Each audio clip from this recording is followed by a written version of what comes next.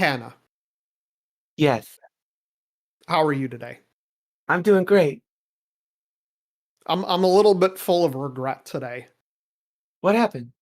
because I had I went grocery shopping and I considered buying potato chips Yeah, and ultimately decided against it. And I ended up having two BLTs for lunch. yeah, And the thing about BLTs is that one of them is not enough, but two of them makes you feel regret afterwards. yeah. That's why you should have something on the side, like you said, chips. I should have gotten chips. And I mean, potato chips are perfect for BLT. Yeah, you can even put them on the sandwich itself. See, I'm weird and I do that. Not for BLT, but I do that for cheeseburgers. And actually, I do it for sloppy joes. Sloppy joes with potato chips on it. Oh, it's It's perfection. just the extra crunch and the extra oil and the extra salt. I also do sour cream and onion chips on a Ooh. yeah on a On sloppy sloppy joe. Joe. Yeah. I gotta try that. Yeah, I just get flavored chips and I'll just put the flavored chips on. I'm like, why not? It just bumps it up a little bit more. Sour cream and onion on a sloppy Joe. Yeah, and especially if you get those chips that I gave you, they're like super crunchy now, so you get like a lot of flavor, a lot of texture. Like it's great. I feel like that would work best with the ridged potato chips. Yeah, that's actually generally what I do is like rich sour cream and onion or rich sour cream and cheddar. I'm putting that in my mental bank to try the next time I have a sloppy Joe. I don't know when that'll be. And now One I can never predict when they will have another sloppy Joe. you It's got me it's just talking kind about of food. something that happens. Now you got me talking about food and I'm hungry. Thank you. I'm fine. I just ate two BLTs, so I'm set for the episode. You being hungry sounds like a you problem.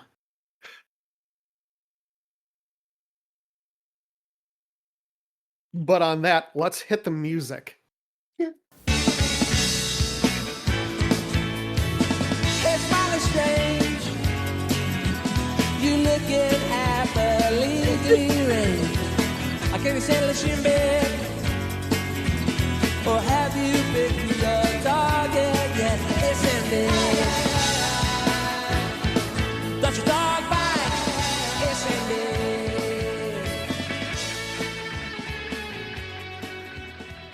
It is that time again. It is Sunday, and you are listening to Online for Maintenance, the official podcast theoretically of MMOFallout.com. I'm Connor, I'm Hannah. and you're listening to episode number 16, Permit Me to Splitgate. We are 16 episodes into the podcast, and I am happy to say that most of them I have hit my goal of making you laugh too hard in the intro that you have to turn your microphone off. I couldn't even turn it off that way. I was just like, wow, you leave me with this. This is how you leave me. Wow, okay. Usually they're just funny. This is like kind of mean, but I appreciate whatever. You're good. Now I'm This is just gonna. this is how I play the game. This is fine. It's good. Now I'm just gonna be hungry the whole episode, and can't wait to go get food now. So yeah, all right, cool. I'm gonna make this a 2.5 hour episode because of that. This will be the Okay, torture episode. all right, cool. So we take a break in the middle, right? Yeah, We'll it's just all edit it out. pre-recorded. Nobody needs to know. We just edit it out. We just edit it out. It's just our normal thing. We record the first half at about 3 o'clock, and then we take a break, come back at about 8 to finish off the rest of the rest of it. Yeah, exactly. Now, video games. I've heard of those. We talk about them from time to time. Do you have any video game stuff you've been doing recently? So I've only been playing 2 games this week. I played a little bit of Fortnite with you, and then I've been focusing on building a house in Minecraft. When I get going on Minecraft, I get going on Minecraft. But the main thing that I've been doing, I think the thing I'd like to talk about first is I have a job, a Ooh, retail job, and through that retail job, I actually experienced the Switch 2 launch. very nice. How was that? It was different than I expected, I'll be completely honest. I expected it to just be, like, mad chaos, and it really wasn't. Everybody was very orderly, everybody was very nice, everybody was very kind. Um, Obviously, I can't say the place that I work for because but, the person who was in charge of doing the release, like, took care of everything. Like, she was great. Um, she ordered pizza, like, she had some little, like she had some tournaments set up for, like, people to just do because of the way that they had this whole thing set up, like, people would come in and then purchase it, and then they'd come in again later for the midnight release. Yeah. Thankfully, because it's the West Coast, and it's a midnight East Coast launch, it was done at 9 o'clock here. So, honestly, if anything, that was better because it meant I went home earlier, and I went home at midnight. Like, I got off work at midnight when I was supposed to get off at 11, and again, the launch was, like, actually, at 9. So 3 hours after more it was 12:15, so more than 3 hours after the launch, I was finally able to clock out and go home. It's a good thing you didn't have to wait until midnight. Oh, yeah, because I would've been there till 3 in the morning, Oh, yeah. and then I had to work again the next day. I know how that is. I worked at GameStop a very long time ago, Mhm. and I was there for multiple midnight launches, and they were never fun. That must be fun there. It was fun for about the first hour, and then after that, it's like, okay, I'd like to go to bed. Mhm. But if I could have those at 9 o'clock, that'd be 9 o'clock to midnight for me would be a perfect time for a midnight launch.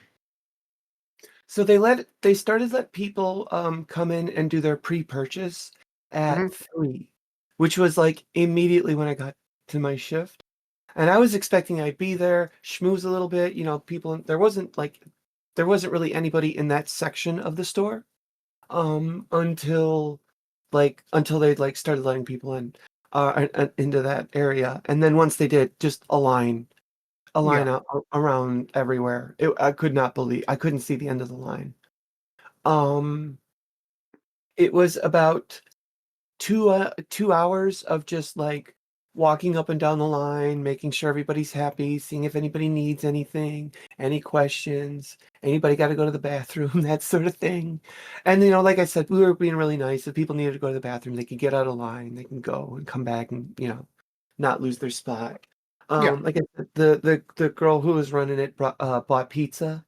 And you could go grab a slice of pizza and, like, get back in line, and it was all fine. Um, the pre-purchase went for about 3 hours. Um, and about 2 hours into it, she puts me in charge of doing the video game tournaments, which I Right. was not expecting. They had a TV set up with a Nintendo Switch because they sell TVs there and stuff. Um, so yeah, next thing I know, I'm running a Mario Kart 8 tournament. I think it's Mario Kart 8 on the Switch, I'm not really sure. I haven't It played is. much of that Mario Kart. She even called me out for not playing much of that Mario Kart. I was like, "I've played the Super Nintendo one and Mario Kart 64. Don't give me shit." All right? Um, so I did that. We had little, like, consolation prizes too for everybody. And then we had, like, a big prize for first, second, and third place. And then after that, she had me do a um Smash Brothers tournament. And I have no idea how to play Smash Brothers. The last Smash Brothers I played was Melee. I own the 3DS one, but I didn't really play it very much. I don't think I ever even unlocked one character. I don't even know. It's been so long since I played it. And I never got the one for Wii. I never got the one for Wii U. So I've played the Wii, the GameCube one. That's my last Smash Brothers, and it did not have half the features that the Switch one does. Um, the Switch Smash Brothers has I didn't know it has like a tournament bracket system in it. Yes. It's very odd though. You have to have a specific number of players for it, or it does weird things. Yeah, because it has specific brackets. Yeah, but we had 14 people, right? That's not great for a tournament. Okay, I don't know these things. You kind of have to have multiples of 4 Okay. for a All right. tournament. Or at the very least, you could do like a 16-person tournament and then just have 2 of the spots filled by bots. Yeah, and well, we ended up not having those spots filled, so those people just got to buy on their first round. Right. So, that's fine. And like the Smash Brothers one was so much fun because there were like I don't know if they were professional, but like more than amateur Smash Brothers players there. People bringing in, like somebody brought in an actual Wavebird, like a Nice. GameCube Wavebird with their GameCube attachment for the Wii or for the Switch. I was like, holy crap. Somebody brought in their GameCube Switch controller and was like, yeah, I need to use this controller. It was really great because like they were hooting and hollering and cheering, and when somebody picked Donkey Kong, so when the Donkey Kong player came up, they were like, DK, Donkey Kong. Yeah, I don't know the song, but they all chanted it together. It was just kind of like spur of the moment and like, beautiful. It was great. One of those things that you can't plan. You can't really get people to do. They'll just do it on their own, and it's wonderful. I don't know how else to describe it. Everybody Yeah. was just having fun. Everybody was just having a great time. And best of all, nobody was angry because the store somehow had enough Switches. That's great. Yeah, they had enough Switches for literally everybody. I don't know how many they sold. They didn't tell me how many they had. That really wasn't my job. My job was mostly just crowd control. Yeah. And answering questions. So there were people like they had enough for the next day. Or like when I came in for my shift the next day, they still had plenty. They still had bundles with Mario Kart even. Yeah, everything I'm hearing about the Switch 2 launch is about how plentiful the system has been. And considering how the PlayStation and the Xbox both had a long period of time where you could not get your hands on them. And also the Switch had the same Yeah. problem when it first launched where you could not get one for a good year after it came out. I've heard of people, if you're going on the internet, they're hard to find, but if you're just going store to store, they're apparently very easy to get a hold of. Which is great. Nintendo's been going for a long time to get the kind of stock. I think they've learned because, yes, I was actually going to bring that up with the Switch 1 because some of my fellow employees were like, yeah, at least it wasn't like this with the Switch 1. And I'm like, what are you talking about? You could not find a Switch 1 anywhere when they first came out. Like, yeah, they're a little bit hard to find kind of right now. Kind of. Right. But you can find one. That's the thing. Yeah. Like, you might need to go to 2 or maybe even 3 stores, but you'll probably get one, and you won't have to go through a scalper. Yeah. Whereas PlayStation and the PS5 and the PS5, the PS4, the Switch, like they were all scalped like immediately. This like scalpers could not get it. Plus, what my store also had a limit 1 per customer thing, so you couldn't just walk in and buy them all. I don't think there were too many people that were trying to do that either. Probably not. I do remember one person that was like, "Is it one per person or one per party?" And I'm like, "I think it's one per person." And they were like, "Okay, because we got 3 people." And Right. I'm like, so I think maybe they were, maybe, I don't really know. Scalpers aren't usually trying to buy 3, they're trying to buy like 10. Yeah. So, but yeah, everything went off without a hitch. It was great. They did run out of controllers, and they did run out of the carrying case, I think it was. So, like, Okay. accessories were a big deal to a lot of people. I got a lot of questions about accessories. So, it was really fun though. I really enjoyed it. I think it was a really good experience for me. And I like working retail video games. It's fun. Or at least that, section, whatever. I like working there. It's nice because like I feel like I'm in my element. I don't feel weird. Right. You are with Yeah. your people. Exactly. Cool. Have you played any video games this week? I have. I've played Minecraft, like I said, and then I played a little bit of Fortnite with you. Let's cover the Fortnite thing, if you don't mind. Okay. So what Played happened? some Star Wars Fortnite. Yeah, because we did the ship battle to for like the before the battle. I think this was mostly just something to do Yeah. before we actually did the event. And I'll be honest, the ship battle was amazing. I love that kind of thing. It could have been a little bit more. I feel like there could have been more to do. I feel like they just kind of condensed it down to shoot down the shield generators and then kill the thing and Yeah, Yeah. but for something that existed for about 2 hours before the event began, I think it's fine. Oh, I didn't know that wasn't like a okay, so that only existed then? That only existed from noon to 2 o'clock. Gotcha. Okay, okay. See, I don't know these things. That was a lot of fun though. It was. It Okay, was. I was annoyed during the first attempt because nobody understood what was going on. And then by the second time we got to play as the Rebel Alliance, like you, myself, and a few other people on our team it had clicked what we yeah. needed to do in what order. Yeah, because there were turrets that you could take out, which I think it was beneficial to take them out because they killed you pretty quickly.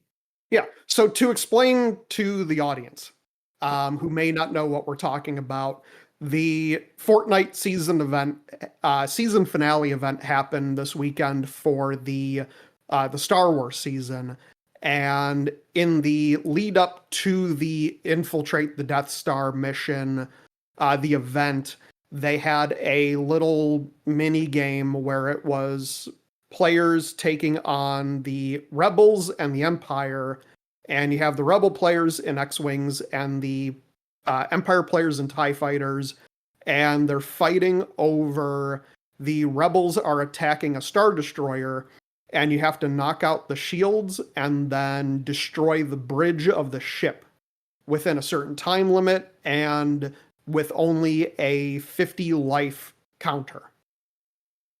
So the odds are really stacked against the Rebels, especially if people don't know what they're doing, which Mhm. kind of tends to be the case in Fortnite, and especially a multiplayer game where you're throwing people into a completely new mode with a 2 hour time span.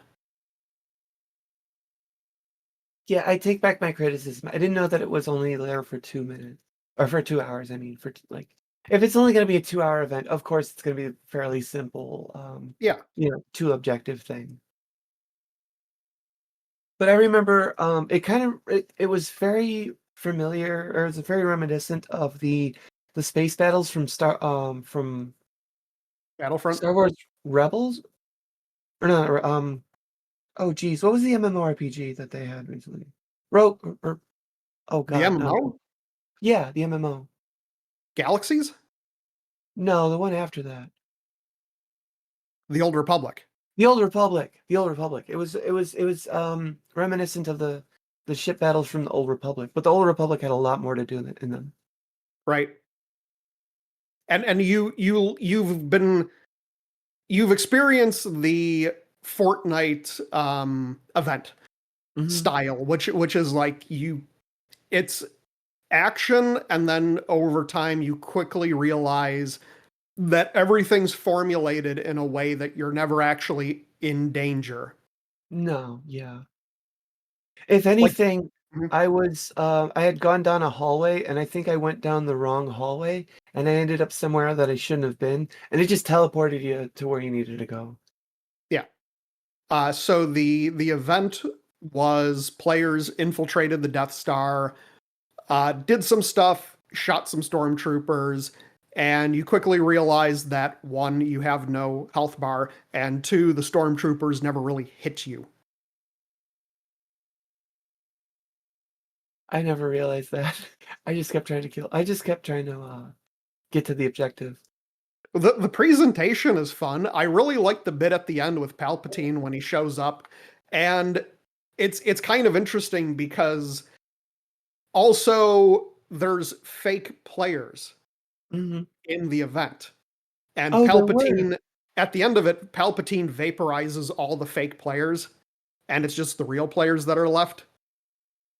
So there were really only 4 of us in that section. It was I you, didn't me, and know 2 that. other people. Yeah, I didn't know that. But yeah, I love those events. And then they blow up the Death Star, and the Death Star explodes and then like rains down debris on the Fortnite island, and that changes it for the next season, which is DC superhero based.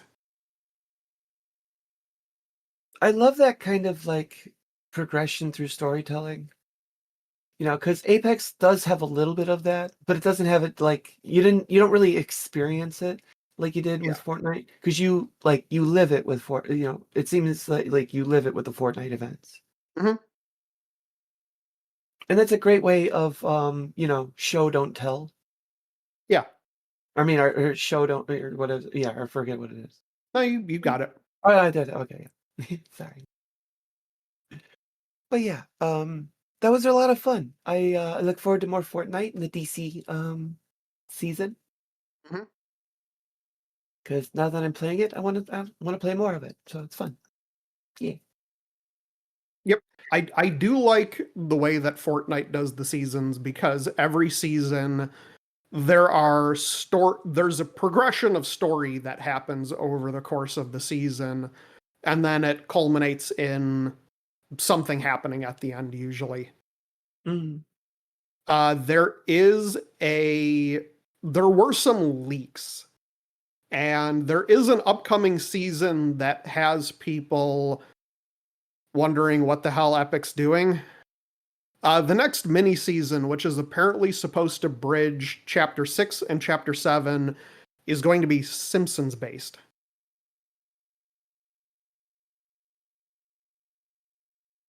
Oh, I don't I mean, I think it could work. I You're love the having the Sim response that a lot of the community is having at that. I love The Simpsons, don't get me wrong. I grew up on The Simpsons, um, but at the same time, in Fortnite, Yeah. I mean, every fucking thing else is in Fortnite, I guess shove the kitchen sink in it too. There's already been Family Guy in Fortnite. Yeah, that's why I'm like, I guess it could work because Family Guy's been there, and, like, they have other, like I mean, they've done Star Wars, they're doing DC now, like I mean, X-Files is next, right? Oh God, I hope so. I need them to embrace the meme. I need Mulder and Scully and Janko jeans as character skins. I mean, they had an AI Darth Vader. They did. So, like, I don't know, I think Simpsons isn't, like, outside of obviously, it's not outside of, like, possibility, but at the same time, Simpsons? Yeah. It would make sense because Disney invested over $1 billion in Epic, and The Simpsons is Disney now. What about but Bob's Burgers? Bob's Burgers would be a way better thing to do. I don't know.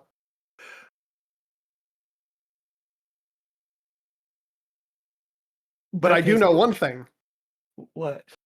and that is that Rocky Horror Picture Show is distributed by Disney now, which makes Dr. Frankenfurter a Disney princess.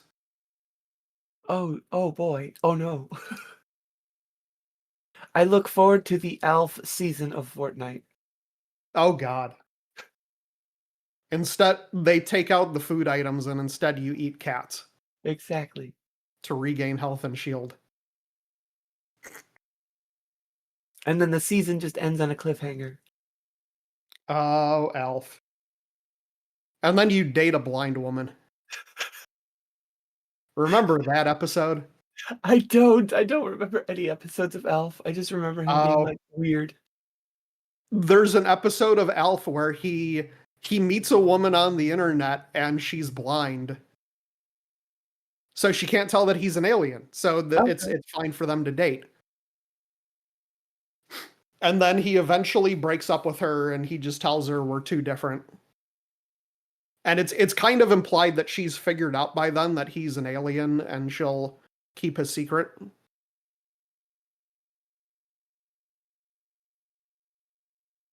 Just wanted to bring that up. You brought up Alf. This is your fault. So, Minecraft. Segways. Segways. Who's heard of them? Anyway. I've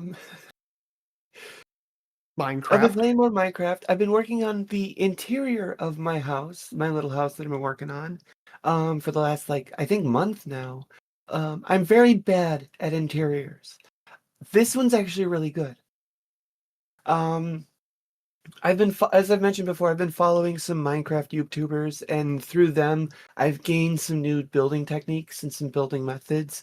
And so now I just stand in certain places, and I kind of like try to like paint a picture, or I kind of try to like draw something from what I'm seeing. Literally yesterday, I'm standing in like one of the designated spots, and I'm looking around, and I've put up two hay bales, and I'm just trying to make sure like they look good. And one of the hay bale, I put it in the spot. No, I don't. I go back and stand. No, I don't like that. Move the hay bale over like one square. No, I don't like that. Drop it down and move it over again. Yeah, I like that. That looks good. Okay, cool. So it's very tedious, but it also, I feel like, makes a much better makes a better build, makes for better Minecraft. I don't know if that makes sense. I don't know how far into Minecraft you are. Not very. Yeah, I treat it very much like I'm building a scene, or I'm building a set or something. I'm trying to create more than just a house. I'm trying to create like an environment now. Okay. Um, I've also got a little item sorter set up, which I've got it like working the way that I want to, where I can just put stuff in a trash bin, and then it just takes it to it, and it just does everything where I want to. The trash bin is like, or the trash, it's a barrel, and like everything else is hidden underneath a little hill. So it Okay. just looks really good. Very nice. And there's some mods too. I'm not sure if anybody out there is listening and can comment on Bedrock.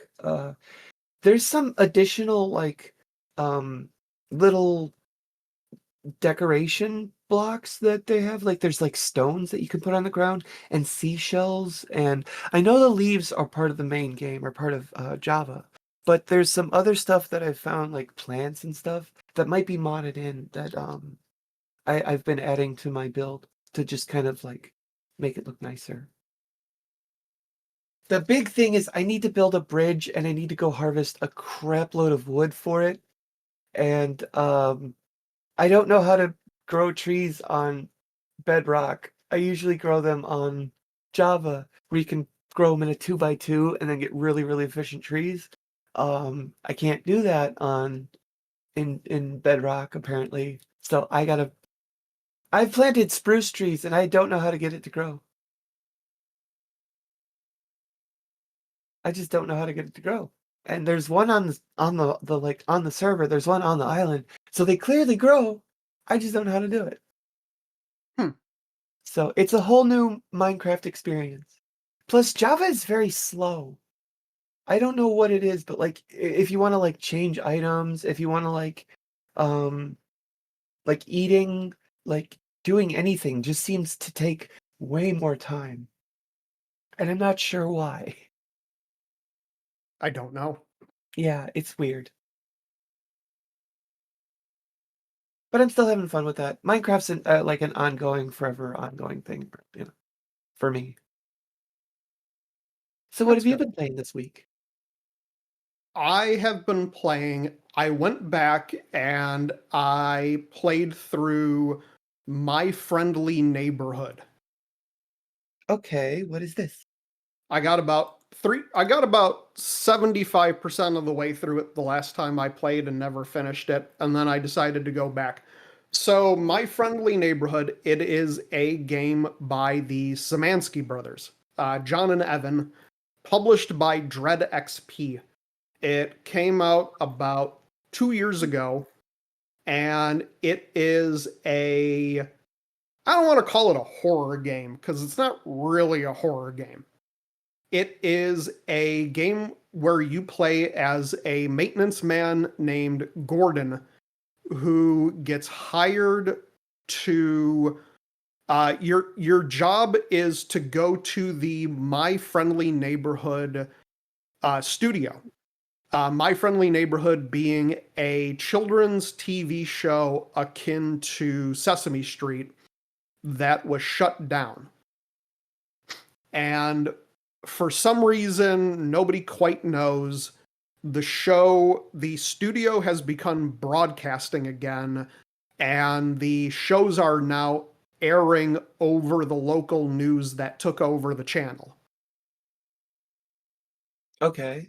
So you go into the studio and you find out that it's been overrun by murderous puppets. And Oh, all that's of your game. enemies in the game are Muppets. Okay. So as you go through the game, part of the ongoing plot is about how Gordon is a grump.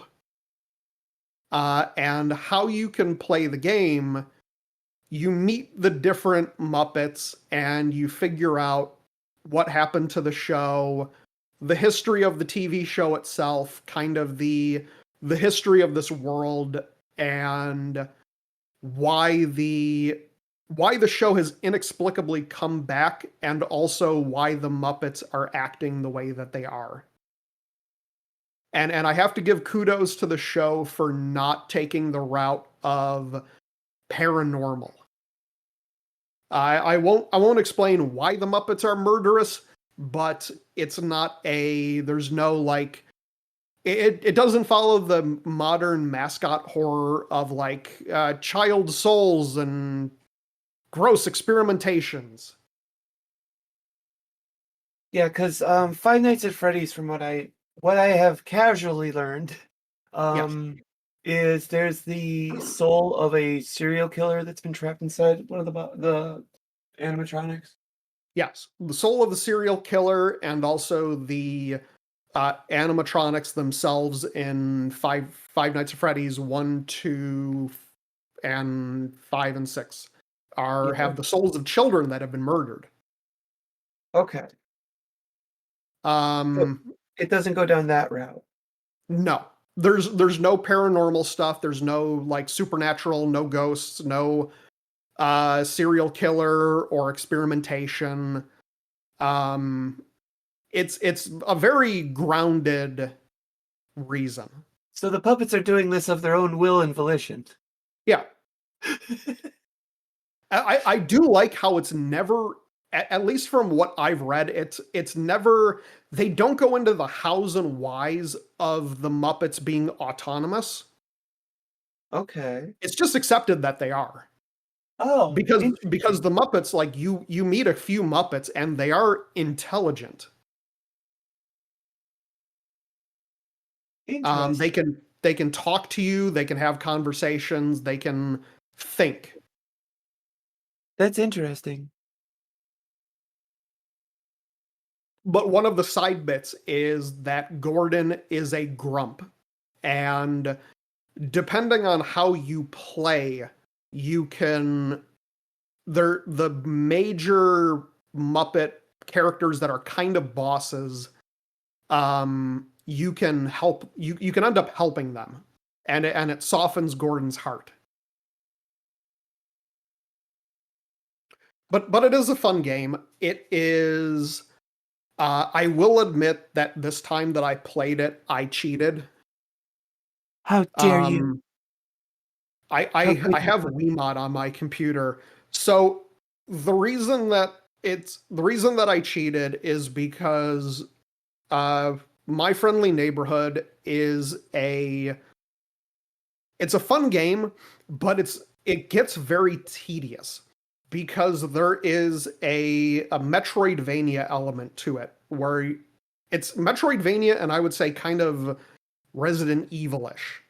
Probably more Resident Evil than Metroidvania because it's like you enter a new area, you find the map, and then there are places you can get to and then places that you can't get to until later. Like you need keys, you need bolt cutters, and it gets you going back and forth. There's an absolute ton of backtracking.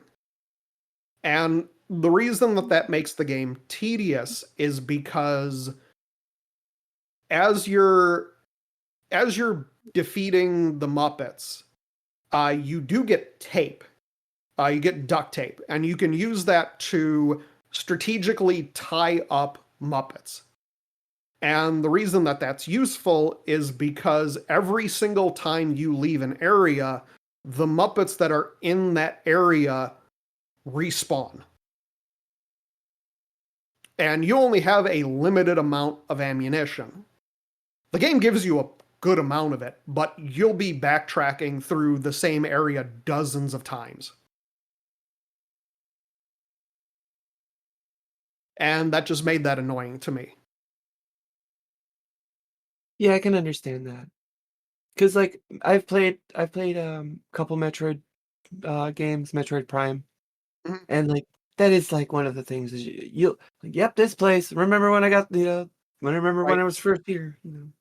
Metroid I'm actually fine with on that because Metroid balances it by having the enemies drop a pretty healthy amount of health and ammo. That's fair. So you can in a lot of cases it's actually you can pinpoint areas where you can go back and just farm rockets and health and ammunition and stuff. Whereas My Friendly Neighborhood ammo is finite and health is finite as well. Yeah, that is definitely a big difference. I didn't know that about that. But I do love the weapons in the game because you get a pistol, a shotgun, and grenades. Ooh. The pistol equivalent is called the stenographer. It is a pistol that shoots the ammunition. The ammunition drum is a Rolodex, and it shoots big letters. That's hilarious. And the shotgun is very similar in that it also shoots letters. And I love the stenographer because it shoots alphabetically. So like you just shoot like A, B, C, D, you know. And the That's great.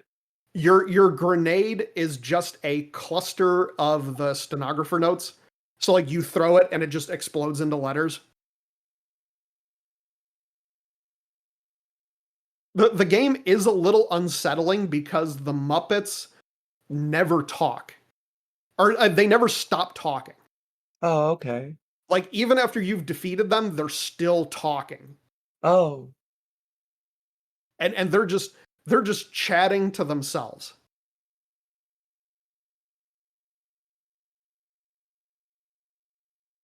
See, I see why you're like it's not a horror game, but I see why it's in that genre. Yeah.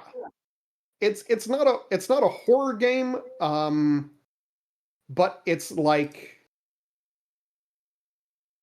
it's not a horror game, but it is very much in the realm of a Resident Evil thematically. Like it looks like if you just transplanted Resident Evil to a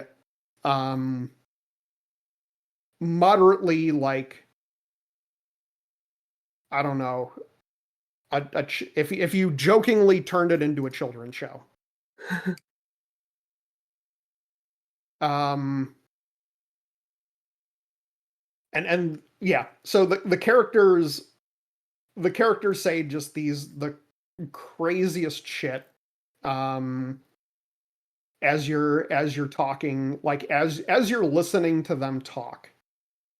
Like there's one of the characters, he says something, it's like something along the lines of like how when the Muppets are alone, they like to play a game called swapping bodies, and it's basically where they like swap body parts until they swap body parts one by one until they have completely replaced themselves.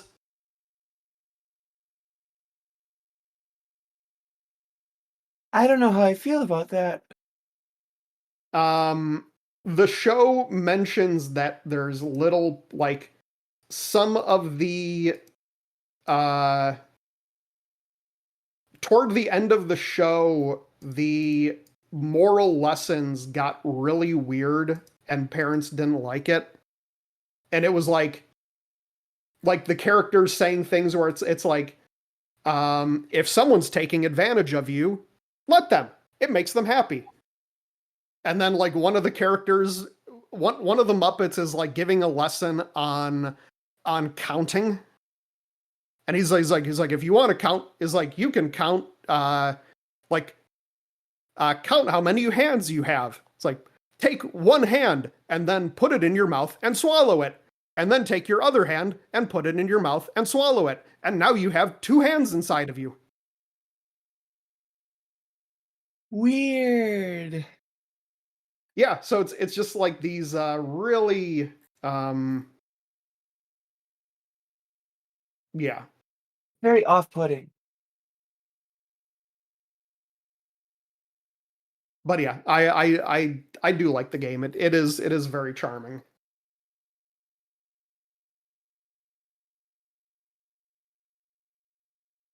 But it'll take you maybe a couple of hours to finish it.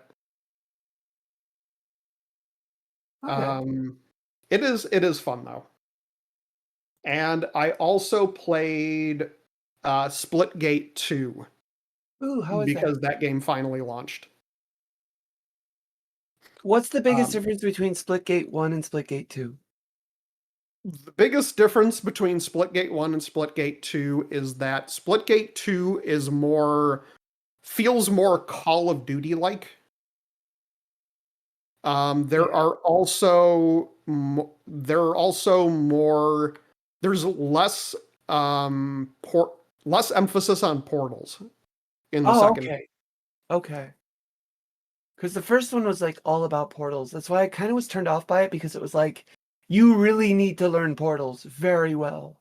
Yeah, I do okay, and I barely use the portals at all. They also made it more hero shootery.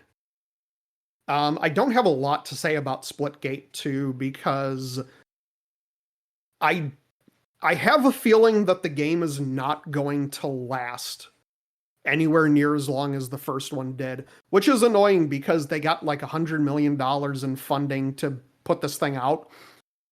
And Splitgate 2 peaked at 25,000 concurrent users on Steam on launch day after they had their Summer Game Fest appearance. Mhm. And Splitgate 1 peaked at like 67,000 players on Steam. Yeah, I was gonna say that's a significant drop Yeah. from their first one. That's, that Also, doesn't sound good. we'll go into it with the news, but nobody's really happy with Splitgate 2 Oh, for a okay. variety of reasons. All right. I really am only playing it because I am a massive sucker for battle passes.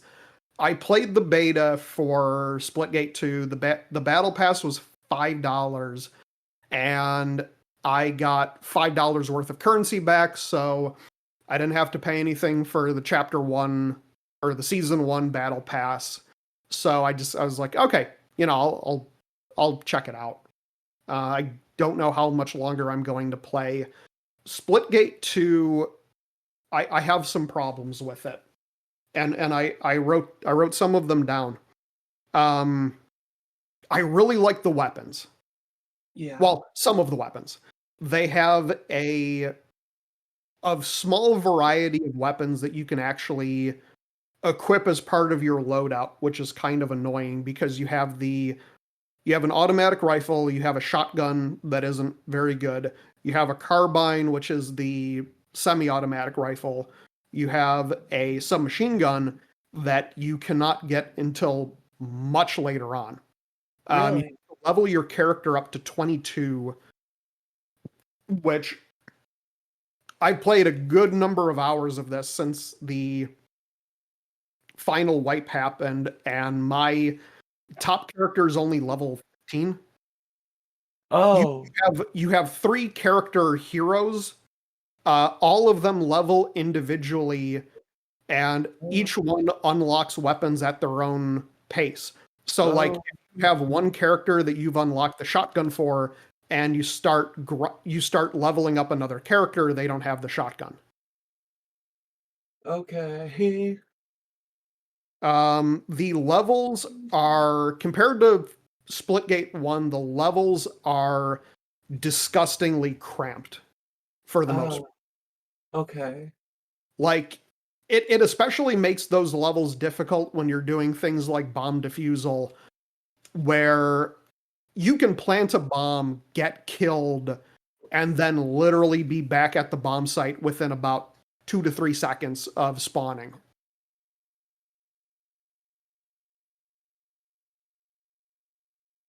Wow. Okay. That doesn't seem good. No. And it also doesn't help when you have semi-automatic weapons, because nobody really goes for them, because with everything being so cramped, why would you have anything other than an assault rifle or submachine gun? Yeah. I did They did bring back one of my favorite weapons from Splitgate, which is the baseball bat. Okay. I love the baseball bat. I'm really hoping that they bring back gun game as a game mode, because I am a sucker for gun game. And my other big problem with it is that the community sucks. The community is, because the main modes are 4v4. What I've noticed is the instant your team seems like they're at a disadvantage, someone drops off. Ah. Yeah. And then they're replaced by a bot, and the bots suck. So in a lot of the matches that I play, by the time we get to the third round, 2 or 3 of the 4 people on a team have already quit. And also it's an arena shooter with a relatively high skill ceiling, so it's also very sweaty. Okay. And I'm not a fan of that. Also, there's a lot of hackers in the game now. Already? Yeah. Damn. They made it very easy. So when you're playing the game, characters have an outline, which makes it very easy for aimbots to be built around the game, because all they have to do is go for color recognition. Oh. So there's a lot of sweaty players, there's a lot of very obvious aimbots, and their anti-cheat is not good. So I'm really not expecting this game to have much of a player base in the next 6 months. Yeah, I don't know what to say because that sounds like they're just doing everything wrong. Yep. And But Splitgate 1 was pretty fun. Like there was even a competitive scene around it and everything. yeah, Splitgate 1 was fun. I can tell that they got an injection of cash because a lot of the YouTubers that I follow that play different video games have all been sponsored by Splitgate 2 to make videos over the last week. Like Yeah. pretty much every single one of them. Well, don't know what to say. Yeah. I mean, on the plus side, it's one of the first games that I don't feel like people will be too tempted to go in on the cash shop. They have lowered prices. They had $140 cosmetic bundle. What? Did they think people were gonna go for this? They had $140 cosmetic bundle. They had a Portal cosmetic. It was $35.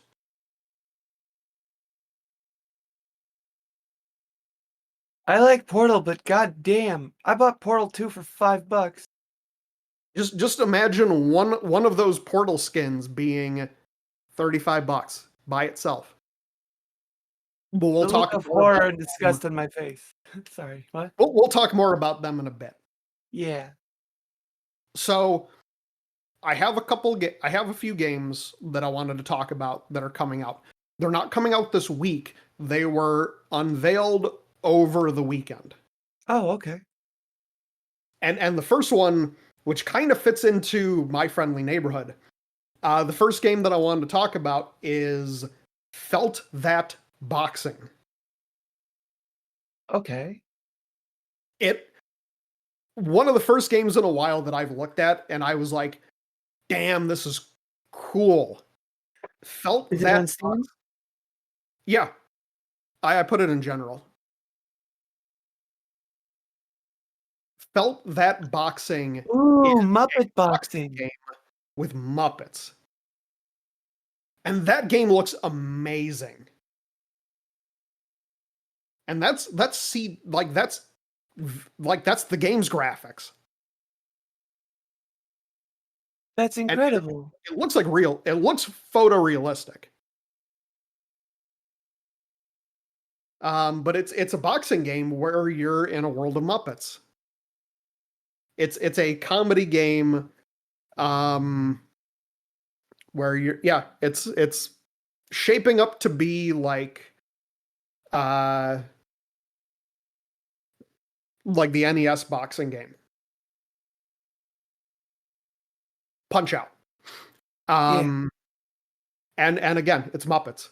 It's a comedy game with where you're a little Muppet guy and you're going up against these ridiculous Muppet boxers, and it just looks so cool. I love the look of it because it really looks like it looks like a Muppet. I don't know how else to describe it, but it like looks like a Yeah, realistic Muppet. yeah. And there's so much character in the different Muppets, and looks so good. They're all kind of gritty too. I love that. Hmm. But that's coming out at some point in the future. I have a second game that is coming out on the PS5 next year. It's called Pragmata. This was unveiled during the PlayStation State of Play. Pragmata is it's a new IP. It's coming out by Capcom. It is a third-person action game where you play as you're in a moon base. You play as a guy, Hugh, who's trying to. It's a little system shocky in that you're in the moon base, the AI has taken over the station, and you're fighting for survival and to escape. The twist here is that you have a little robot companion. She's a little girl named Diana, and she rides your back like ukulele, and she has her own abilities that will help you fight the robots. And she is adorable.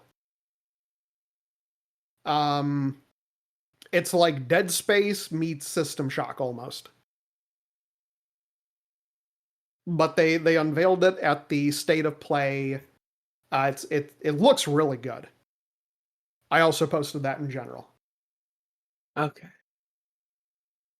But it's I feel like it's a little bit more poignant in modern day. The concept of AI going rogue and needing to be defeated. It has a little bit of a look of Death Stranding to it. Yes. Yeah, I honestly, I saw the trailer. I started thinking of Death Stranding at first.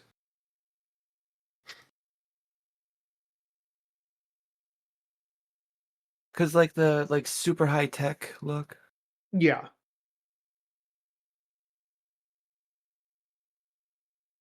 But yeah, that should be a pretty fun game.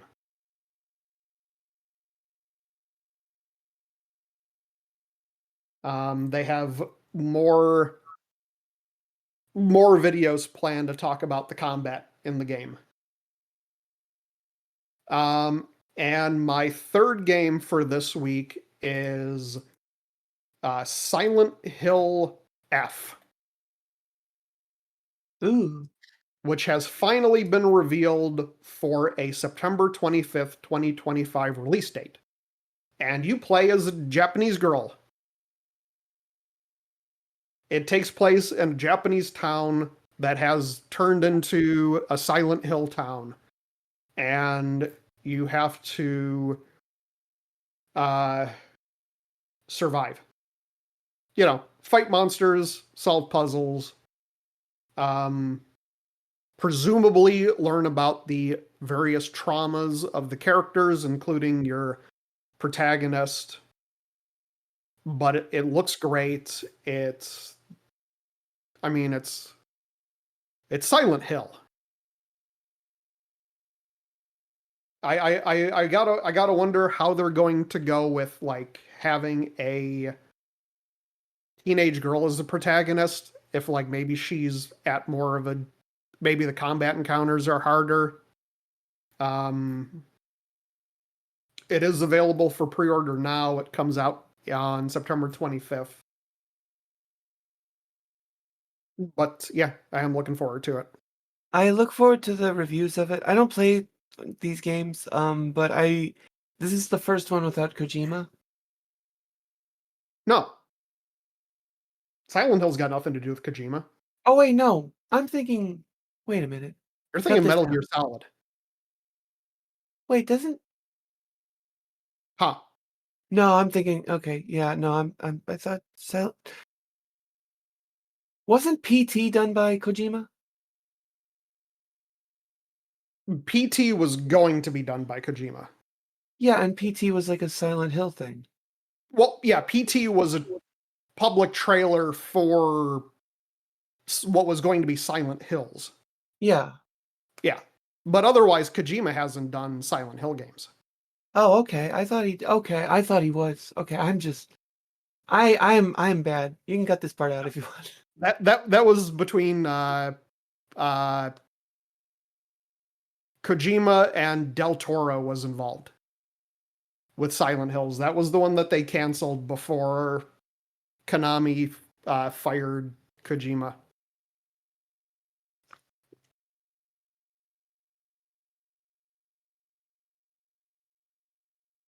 But that one's coming out later this year.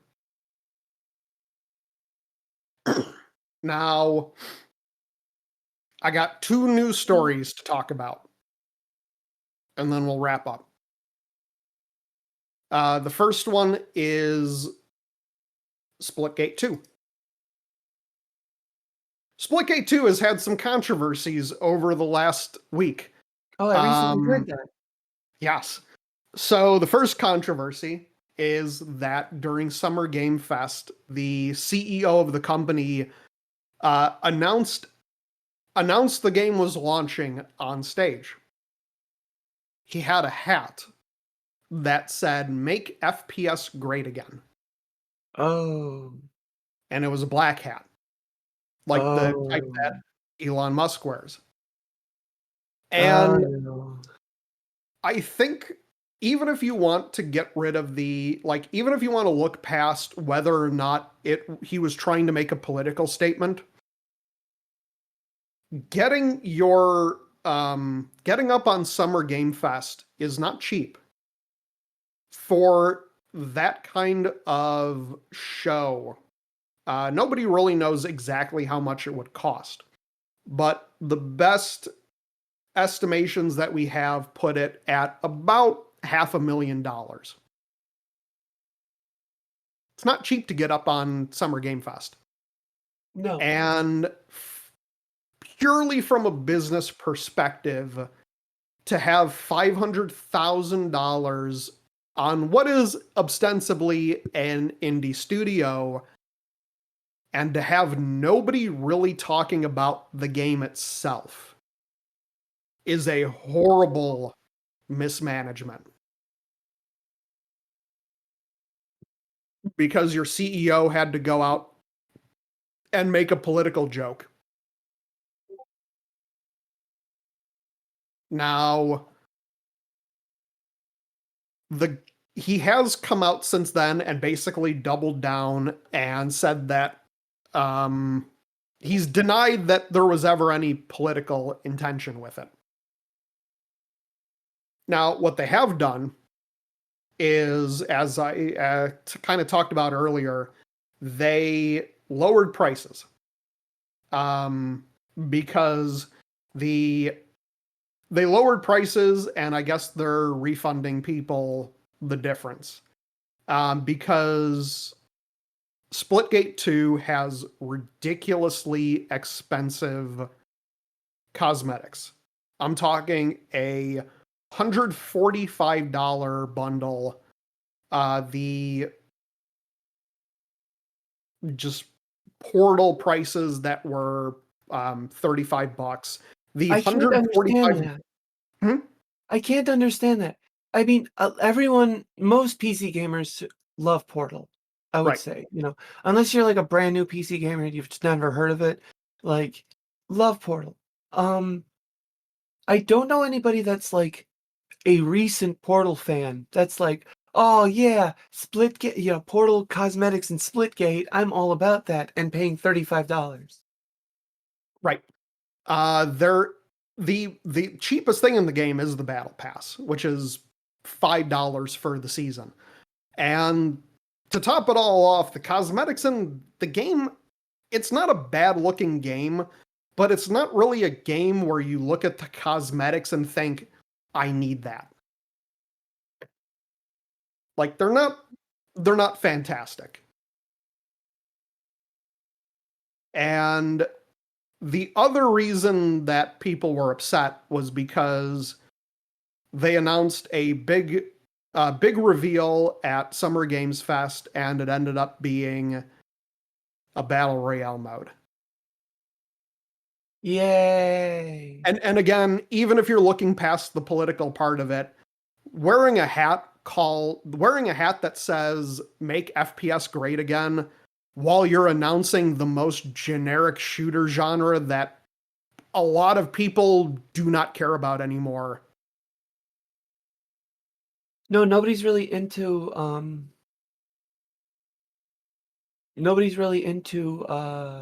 like battle royale anymore. If Right. anything, I guess they're into hero shooters, but even that's like dying down. Yeah. And again, for a company that's saying that they're making FPS great again, you have a game that is part hero shooter, part battle royale. And the people who like battle royales, like myself to some extent, we already have the battle royale that we play. You've either settled on PUBG, Apex Legends, or Fortnite, or one of the smaller stragglers. in which case you already have your money, you already have your time investment in it. Nobody's really coming into new games for Battle Royale. Yeah, I But don't know what they're trying to do. I don't know. I think they're really desperate to get people on board because they're seeing how much worse Splitgate 2 is performing than Splitgate. And also, they had a big investment, and I'm sure that investor wants to see their money back. But we'll see how that goes. I do have one more news story, and that is one of the big game reveals this last week was a remake of Final Fantasy Tactics. Final Fantasy And Tactics remake? Really? yeah, Oh, 2D HD or what? it doesn't seem to be 2D HD. It seems to be just an upgrade to visuals, but the the remaster is coming out in fall, and it's getting political. The writer of the original Final Fantasy Tactics announced that he's coming back. Well, he came back, Yasumi Matsuno, and he said that he's touching up the dialogue in the game to make it a little bit more modern.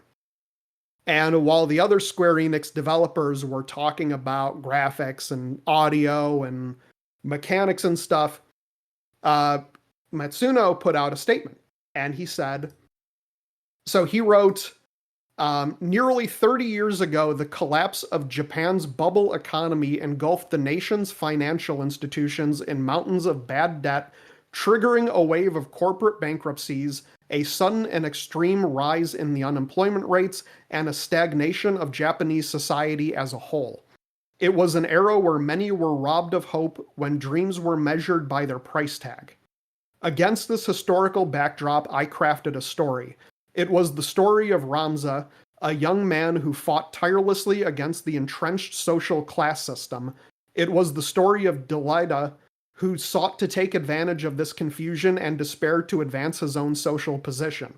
It was a story of a particular destiny in which friendship and betrayal intertwine. And now, in 2025, a time when inequality and division are still deeply rooted in our society, I offer the story once again. The will to resist is in your hands. But video games are never political, right? No, never. I can't wait for all the complaints from people saying that they made Final Fantasy Tactics political. When you literally have the writer saying, actually, it always was.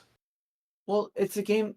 Final Fantasy usually is a game about war or about conflict, and like, I don't know any of the Final Fantasies, at least any of them that I've played, that aren't political inherently. Right. But yeah, Like I can't wait for the remake of that to come out. Final Fantasy VII, you're literally harvesting the life energy of the planet in order to do work, I guess. Not Yeah. really sure what they're using the Mako energy for, but like they're basically using it like electricity. Right. You play as climate terrorists in Yeah. in Final Fantasy VII. Yeah, effectively. But yeah, I'm really excited for this. I played Final Fantasy Tactics on the PS1, and I think I still own it on the PSP. But they're not going the 2D HD route. Okay, that's unfortunate because I love 2D HD games. So do I. But it's it looks pretty good from what they've shown of it.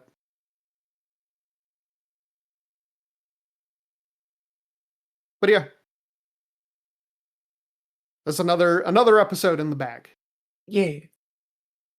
So where can we find you? You can find me over at the Sentinels of the Store, where I'm actually rebooting News Cartridge. Oh boy. Yeah, this is going to be really interesting. So this week there should be 2 episodes out, one on Tuesday, one on Friday. And hopefully, if everything goes according to plan, that schedule will continue at some point later this year. But I wanted to do like a little teaser run of it, and yeah, it should be good. Okay. And of course, you can find Online for Maintenance wherever podcasts are served.